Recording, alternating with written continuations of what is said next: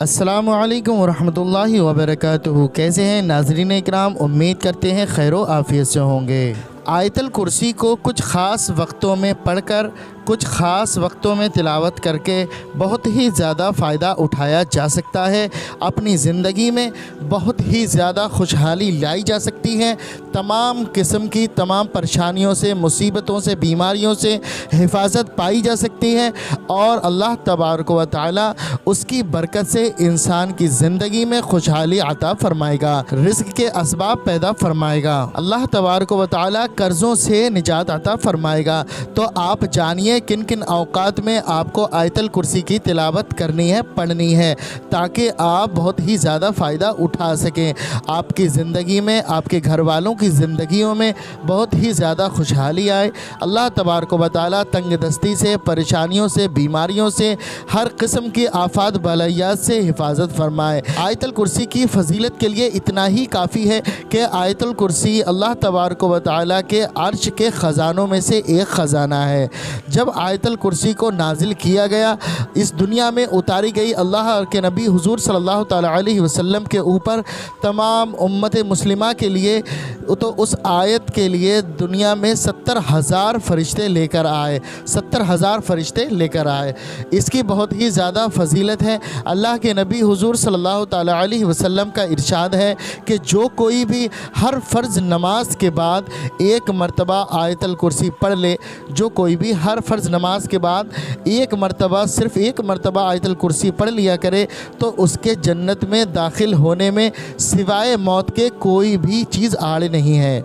जो ही इस दुनिया से वो बंदा जाएगा, इंतकाल करेगा, उसकी मौत होगी, डायरेक्ट वो जन्नत में जाएगा।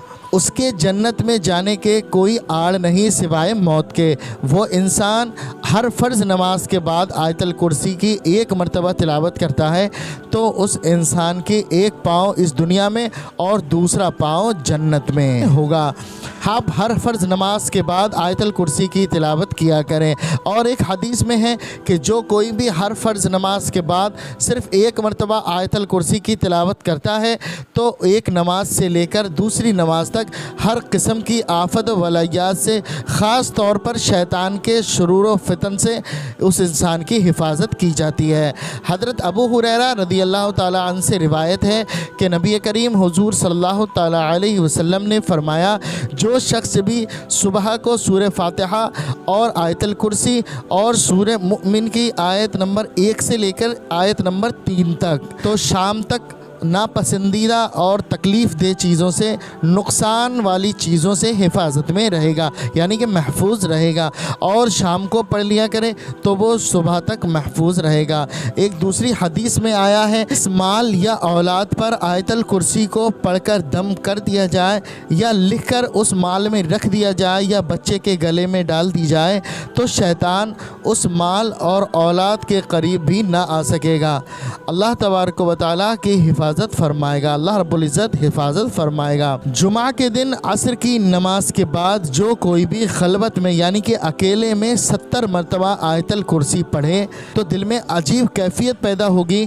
उस हालत में वो जो भी दुआ करेगा अल्लाह तबारक व तआला उसकी तमाम दुआओं को कबूल फरमाएगा। आयतल कुर्सी को जो शख्स 313 बार पढ़ ले उसको बेशुमार खैर हासिल होगी, यानी कि बेशुमार भलाई हासिल होगी। अगर खुदा न खास्ता किसी दुश्मन से पाला पड़ जाए और 313 बार आयतल कुर्सी को पढ़ ले और अल्लाह रब्बुल इज़्ज़त से दुआ करे तो अल्लाह रब्बुल इज़्ज़त उस इंसान को फ़तह नसीब फरमाएगा, उस इंसान को फ़तह अता फरमाएगा।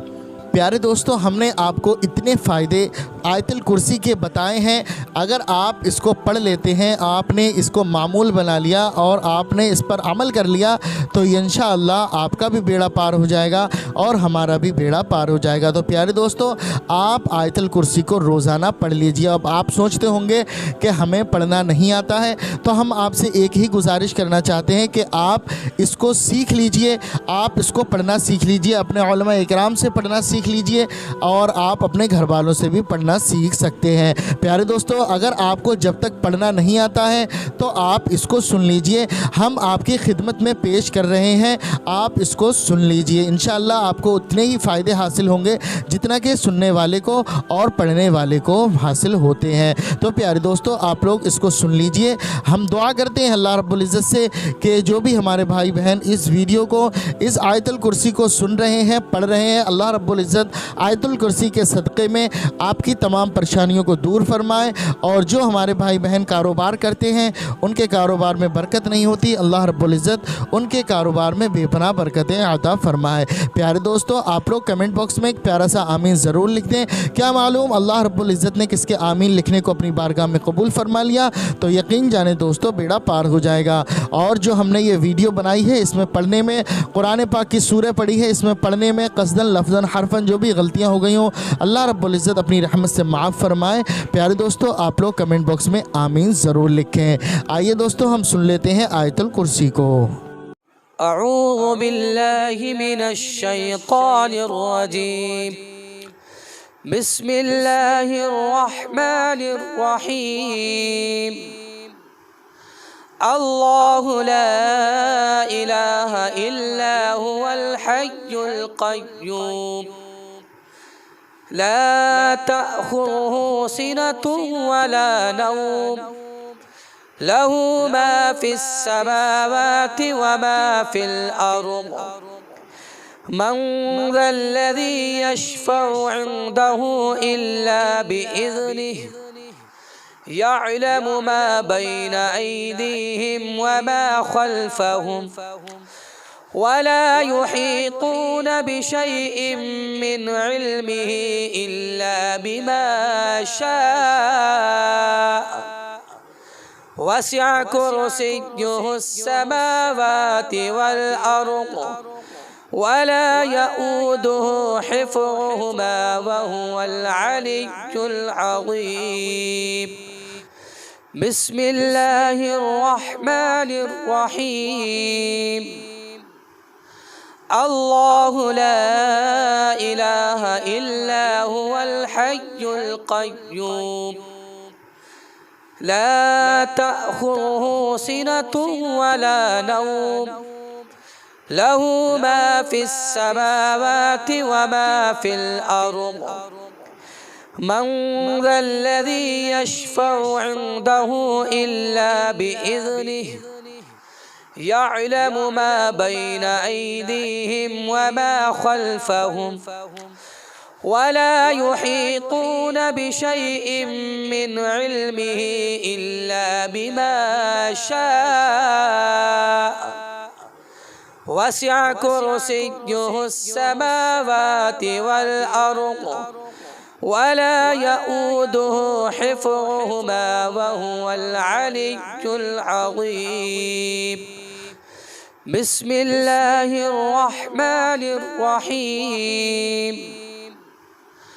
अल्लाहु ला इलाहा इल्ला हुवल हय्युल क़य्यूम।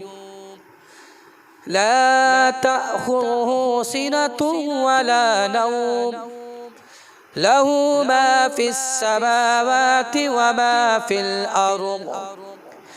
मन ज़ल्लज़ी यशफ़अु इंदहु इल्ला बिइज़्निहि। यअलमु मा बैन अयदीहिम व मा ख़ल्फ़हुम। वला युहीतून बिशैइन मिन इल्मिही इल्ला बिमा शाअ।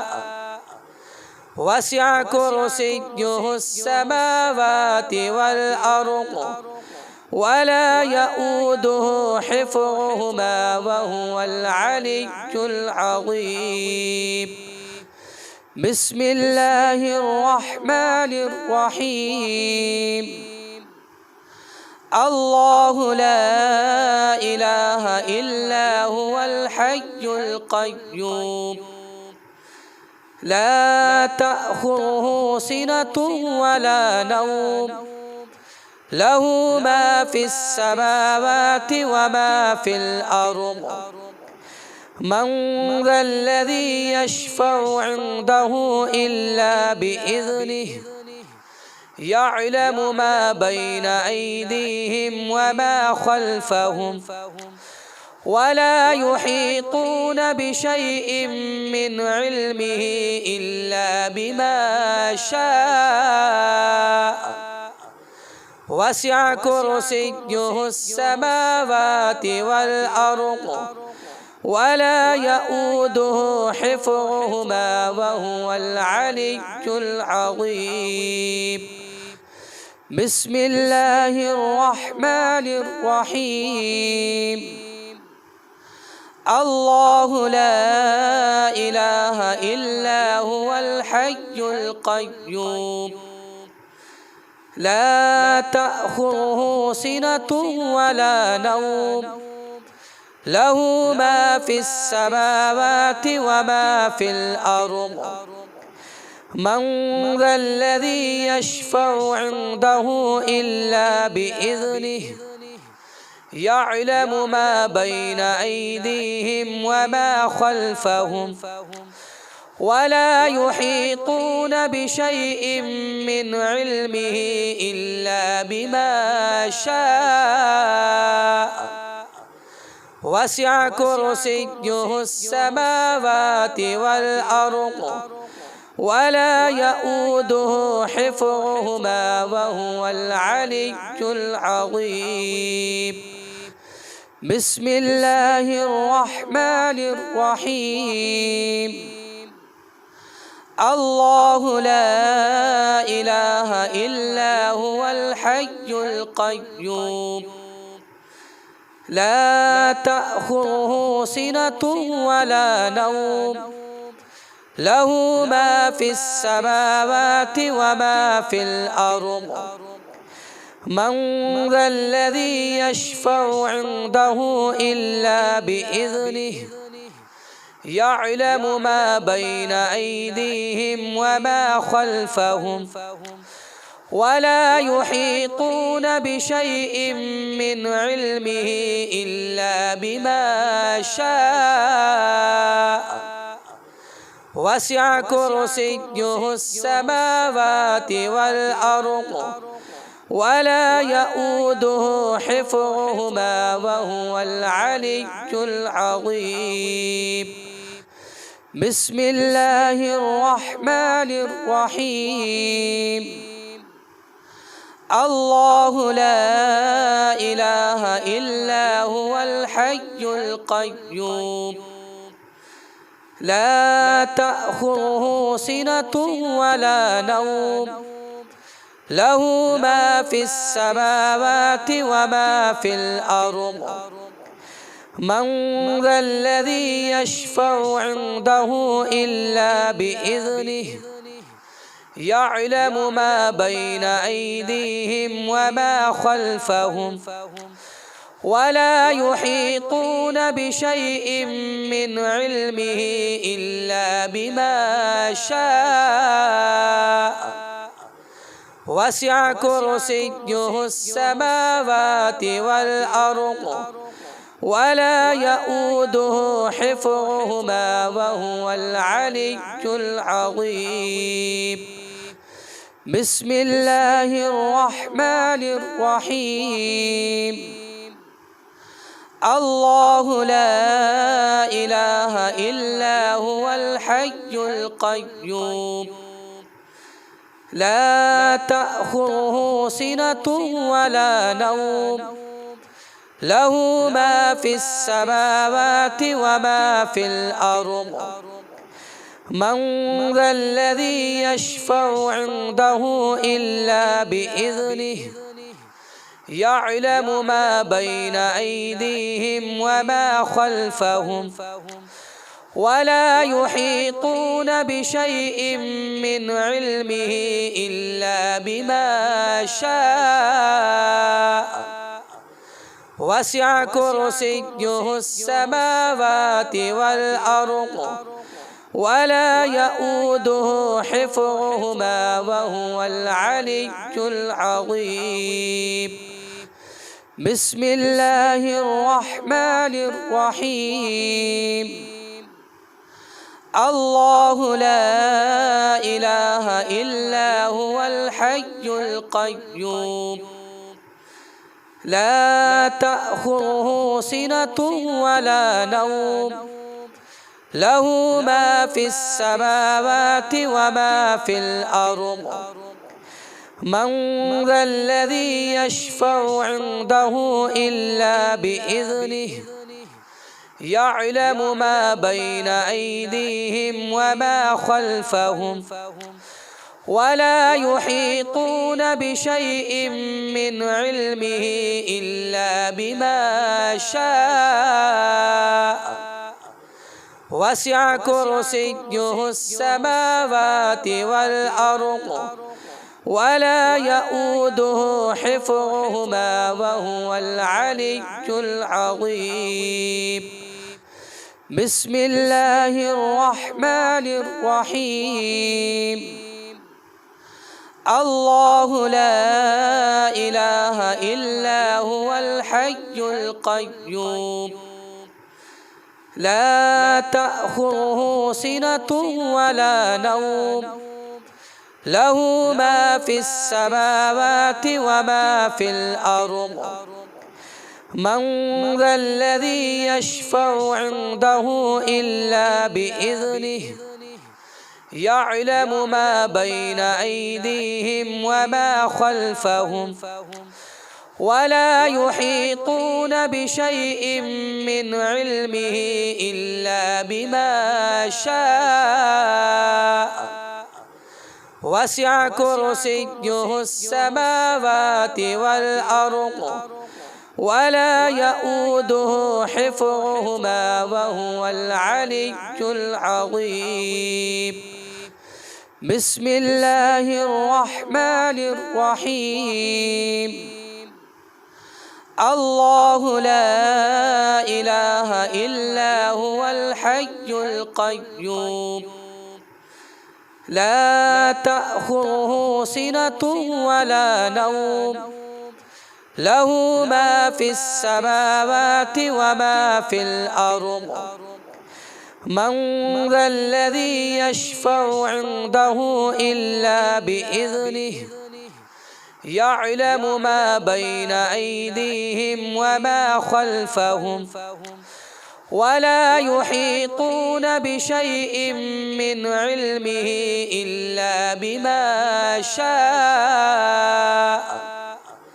وسع كرسيه السماوات والأرض ولا يؤوده حفظهما وهو العلي العظيم بسم الله الرحمن الرحيم الله لا إله إلا هو الحي القيوم لا تأخذه سنة ولا نوم له ما في السماوات وما في الأرض من ذا الذي يشفع عنده إلا بإذنه يعلم ما بين أيديهم وما خلفهم ولا يحيطون بشيء من علمه إلا بما شاء وسع كرسيه السماوات والأرض ولا يؤوده حفظهما وهو العلي العظيم بسم الله الرحمن الرحيم الله لا إله إلا هو الحي القيوم لا تأخذه سنة ولا نوم له ما في السماوات وما في الأرض من ذا الذي يشفع عنده إلا بإذنه يعلم ما بين أيديهم وما خلفهم ولا يحيطون بشيء من علمه إلا بما شاء وسع كرسيه السماوات والأرض ولا يؤوده حفظهما وهو العلي العظيم. بسم الله الرحمن الرحيم.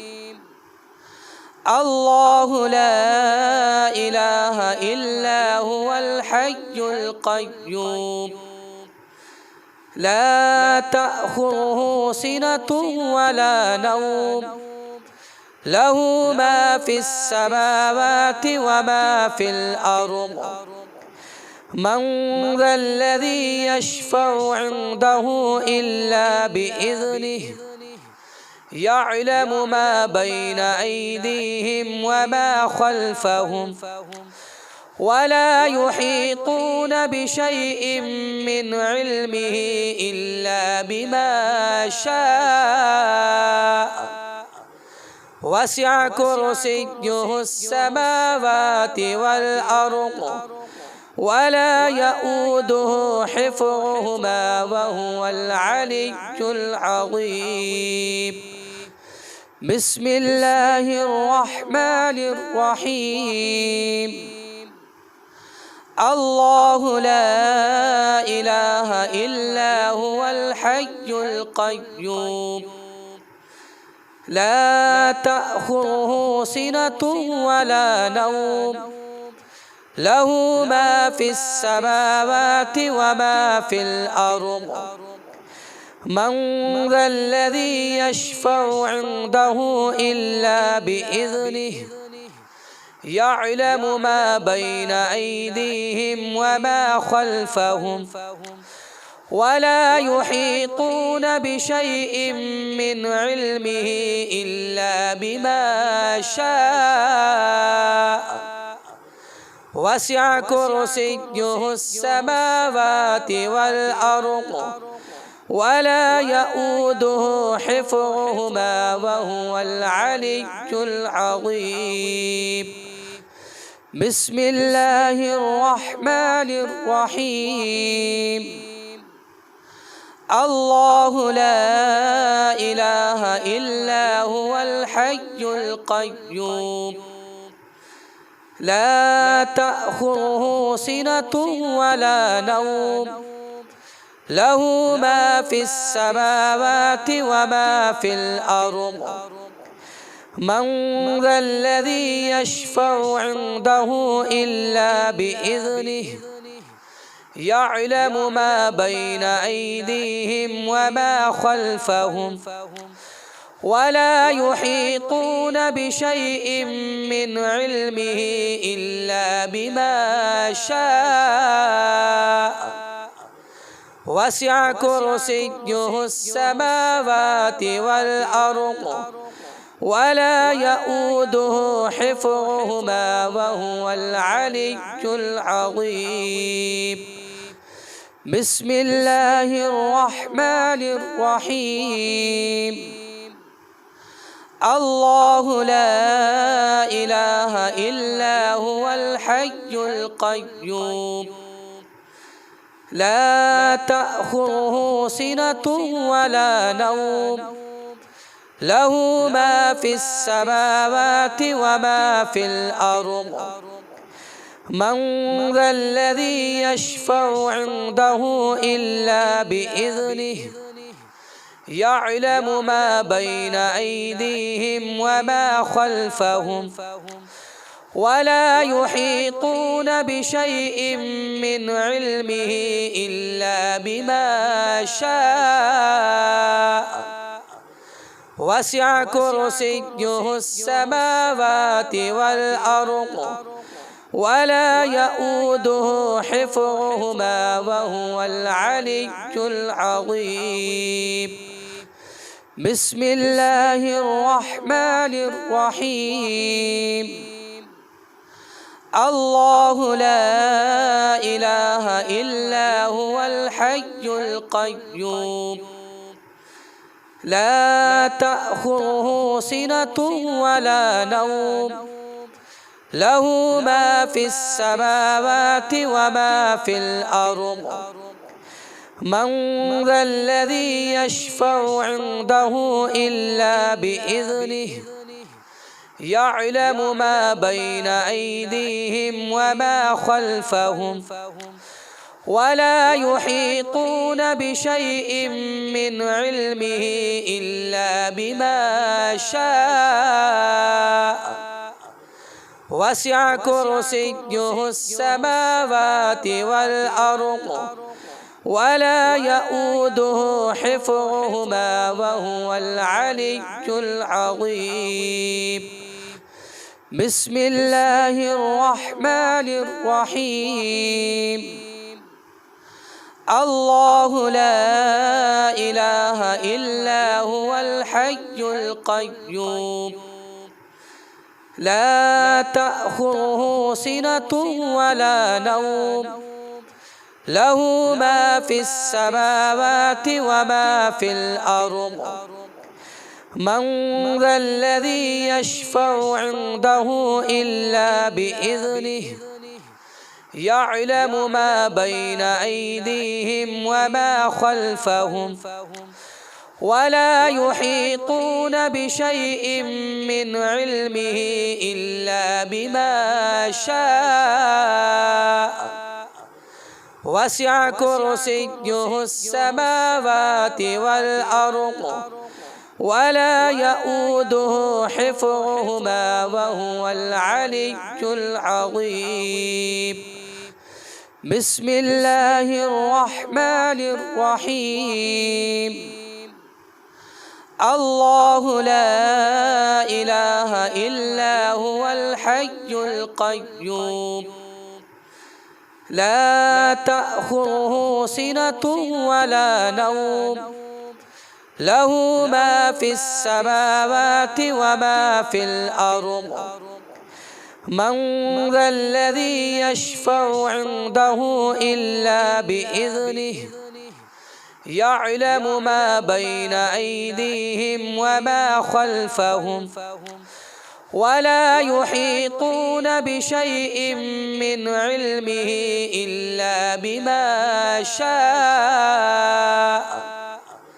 وسع كرسيه السماوات والأرض ولا يؤوده حفظهما وهو العلي العظيم بسم الله الرحمن الرحيم الله لا إله إلا هو الحي القيوم لا تأخذه سنة ولا نوم له ما في السماوات وما في الأرض من ذا الذي يشفع عنده إلا بإذنه يعلم ما بين أيديهم وما خلفهم ولا يحيطون بشيء من علمه إلا بما شاء وسع كرسيه السماوات والأرض ولا يؤوده حفظهما وهو العلي العظيم بسم الله الرحمن الرحيم الله لا إله إلا هو الحي القيوم لا تأخذه سنة ولا نوم له ما في السماوات وما في الأرض من ذا الذي يشفع عنده إلا بإذنه يعلم ما بين أيديهم وما خلفهم ولا يحيطون بشيء من علمه إلا بما شاء وسع كرسيه السماوات والأرض ولا يؤوده حفظهما وهو العلي العظيم. بسم الله الرحمن الرحيم. الله لا إله إلا هو الحي القيوم لا تأخذه سنة ولا نوم له ما في السماوات وما في الأرض من ذا الذي يشفع عنده إلا بإذنه يعلم ما بين أيديهم وما خلفهم ولا يحيطون بشيء من علمه إلا بما شاء وسع كرسيه السماوات والأرض ولا يؤوده حفظهما وهو العلي العظيم. بسم الله الرحمن الرحيم. الله لا إله إلا هو الحي القيوم لا تأخذه سنة ولا نوم له ما في السماوات وما في الأرض من ذا الذي يشفع عنده إلا بإذنه يعلم ما بين أيديهم وما خلفهم ولا يحيطون بشيء من علمه إلا بما شاء وسع كرسيه السماوات والأرض ولا يؤوده حفظهما وهو العلي العظيم. بسم الله الرحمن الرحيم. الله لا إله إلا هو الحي القيوم لا تأخذه سنة ولا نوم له ما في السماوات وما في الأرض من ذا الذي يشفع عنده إلا بإذنه يعلم ما بين أيديهم وما خلفهم ولا يحيطون بشيء من علمه إلا بما شاء وسع كرسيه السماوات والأرض ولا يؤوده حفظهما وهو العلي العظيم. بسم الله الرحمن الرحيم. الله لا إله إلا هو الحي القيوم لا تأخذه سنة ولا نوم له ما في السماوات وما في الأرض من ذا الذي يشفع عنده إلا بإذنه يعلم ما بين أيديهم وما خلفهم ولا يحيطون بشيء من علمه إلا بما شاء وسع كرسيه السماوات والأرض ولا يؤوده حفظهما وهو العلي العظيم. بسم الله الرحمن الرحيم. الله لا إله إلا هو الحي القيوم لا تأخذه سنة ولا نوم له ما في السماوات وما في الأرض من ذا الذي يشفع عنده إلا بإذنه يعلم ما بين أيديهم وما خلفهم ولا يحيطون بشيء من علمه إلا بما شاء وسع كرسيه السماوات والأرض ولا يؤوده حفظهما وهو العلي العظيم. بسم الله الرحمن الرحيم. الله لا إله إلا هو الحي القيوم لا تأخذه سنة ولا نوم له ما في السماوات وما في الأرض من ذا الذي يشفع عنده إلا بإذنه يعلم ما بين أيديهم وما خلفهم ولا يحيطون بشيء من علمه إلا بما شاء وسع كرسيه السماوات والأرض ولا يؤوده حفظهما وهو العلي العظيم. بسم الله الرحمن الرحيم.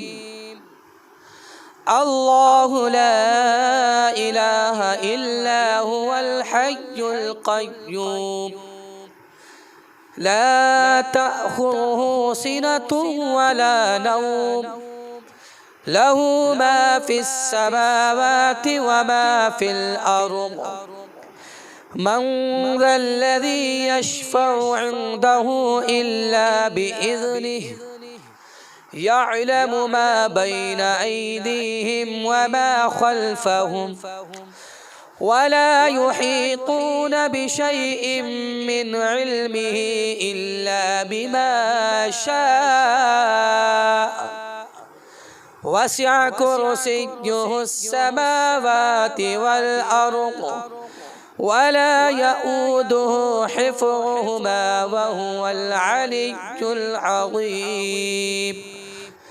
بسم الله الرحمن الرحيم.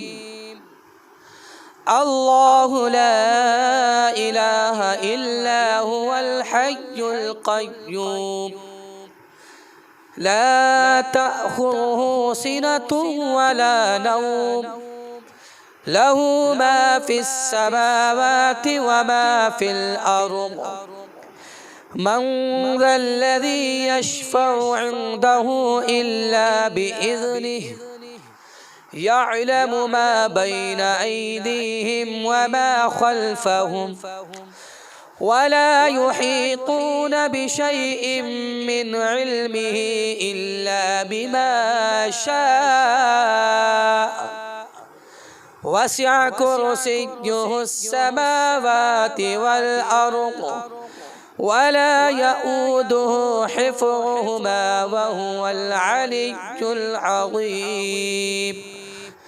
بسم الله الرحمن الرحيم. الله لا إله إلا هو الحي القيوم لا تأخذه سنة ولا نوم له ما في السماوات وما في الأرض من ذا الذي يشفع عنده إلا بإذنه يعلم ما بين أيديهم وما خلفهم ولا يحيطون بشيء من علمه إلا بما شاء وسع كرسيه السماوات والأرض ولا يؤوده حفظهما وهو العلي العظيم. بسم الله الرحمن الرحيم. الله لا إله إلا هو الحي القيوم لا تأخذه سنة ولا نوم له ما في السماوات وما في الأرض من ذا الذي يشفع عنده إلا بإذنه يعلم ما بين أيديهم وما خلفهم ولا يحيطون بشيء من علمه إلا بما شاء وسع كرسيه السماوات والأرض ولا يؤوده حفظهما وهو العلي العظيم بسم الله الرحمن الرحيم الله لا إله إلا هو الحي القيوم لا تأخذه سنة ولا نوم له ما في السماوات وما في الأرض من ذا الذي يشفع عنده إلا بإذنه يعلم ما بين أيديهم وما خلفهم ولا يحيطون بشيء من علمه إلا بما شاء وسع كرسيه السماوات والأرض ولا يؤوده حفظهما وهو العلي العظيم بسم الله الرحمن الرحيم الله لا إله إلا هو الحي القيوم لا تأخذه سنة ولا نوم له ما في السماوات وما في الأرض من ذا الذي يشفع عنده إلا بإذنه يعلم ما بين أيديهم وما خلفهم ولا يحيطون بشيء من علمه إلا بما شاء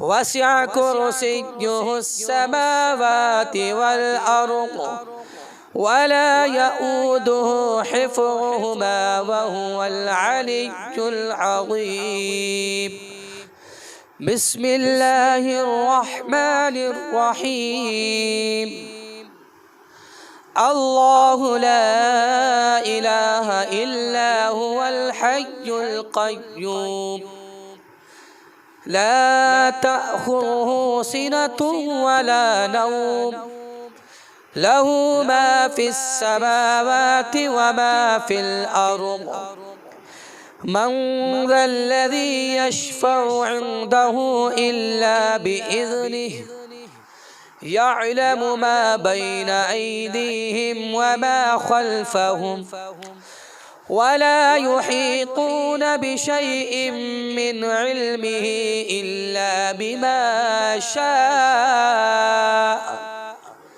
وسع كرسيه السماوات والأرض ولا يؤوده حفظهما وهو العلي العظيم صدق الله العظيم